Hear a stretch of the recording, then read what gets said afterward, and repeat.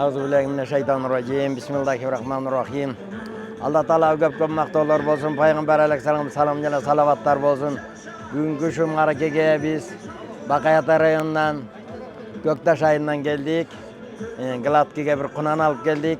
Buyursa uşul berip atkan, ötközüp atkan pendelerge Allah Taala razı olsun. Uşuların yubilesinden alım karıga bir salimalar çıkışına mümkünçülük topik bergen bolsun. Bul jaşоо vaqt bir gana Allah'nıqı, Allah'a gana taandık.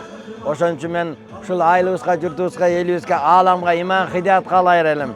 Uşuların barına den soğukta olup, uşuların barın uşu bir jakşı baygelerge ileşip, jakşı baygelerin iyisi olup ketkende Kırgız'ın uluttuk oyunların köşüne mümkünçülük bergen bolsun Allah Taala. Allah Taala bardık nerselerden, ayıplardan, günahlardan taza. Oşon üçün bul Allah biz Allah'a muhtaçmız. Allah Taala bizge muhtaç emes. Oşon üçün bul jaşoodо ошол көпчүлүк байгалсын. Элдин конушу аман болсун. Журт эл аман болсо, эл таза болот. Коом таза болсо, эл таза болот. Ошон үчүн ушу бардык элге ийгилик каалайыр элем. Алхамдулиллахи роббил аламин. Ассалату вассаламу саййидина Мухаммадин ва алейхи сахбиhi ajmain bir rahmetke ya rabbal alamin. Bardыгы байгелүү болсун. Аллаху